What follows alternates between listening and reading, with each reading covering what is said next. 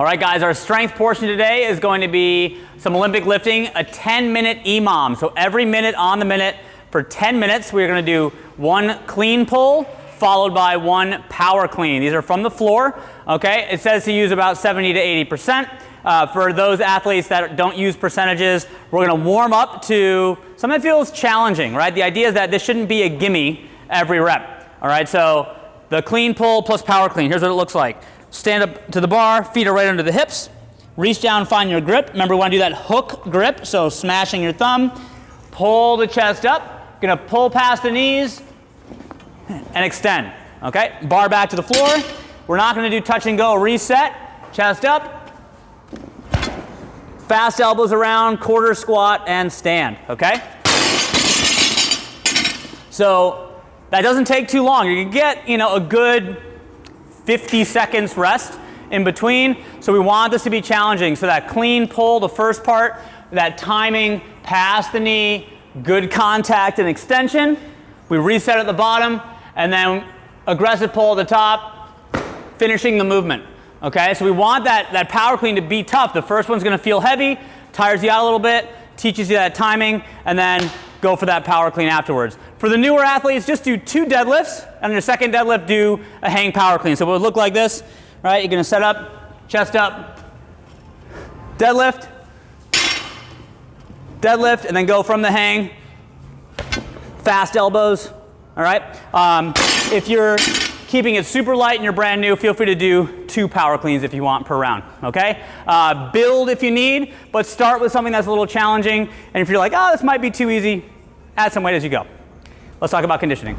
All right, so some interval conditioning today. We're gonna be doing 4 rounds. Each round consists of a 3-minute Amrap, 2-minute rest between the rounds. So the idea, again, with these intervals, going hard and then testing your recovery.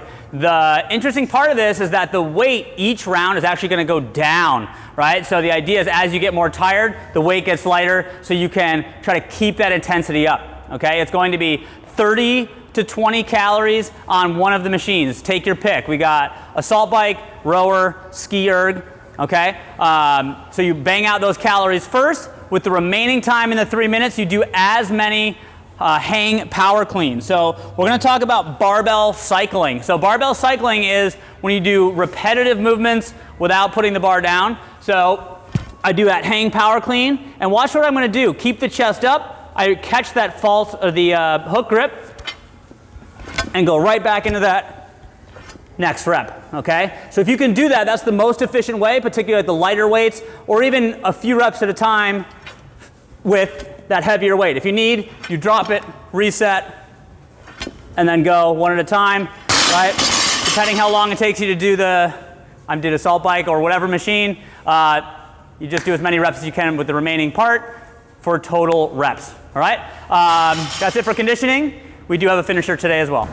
Okay guys, our finisher today is to accumulate 1 minute in a handstand hold and then 1 minute in a hollow hold. So handstand, if you got a freestanding handstand, accumulate 1 minute. Do your best out in free space, as many sets as it takes. Or most people are gonna be using the wall, okay? So here's 2 ways that we can use the wall. Simplest way is that you would kick up to the wall and hold. Focus on keeping that chin tucked, pushing up. Okay, we don't want to be arched back or staring at the ground completely, all right? Pretty straightforward, okay? Accumulate 1 minute. For some people that might be easy, okay? Do one big minute in a row.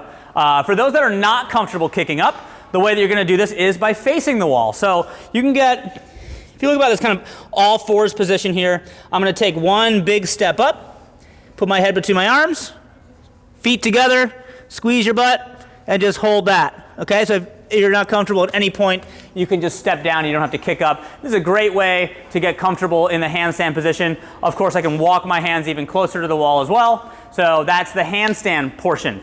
After that, you do 1 minute in hollow hold. So the full hollow hold is when we extend our body and my low back is touching the ground. That's the most important part.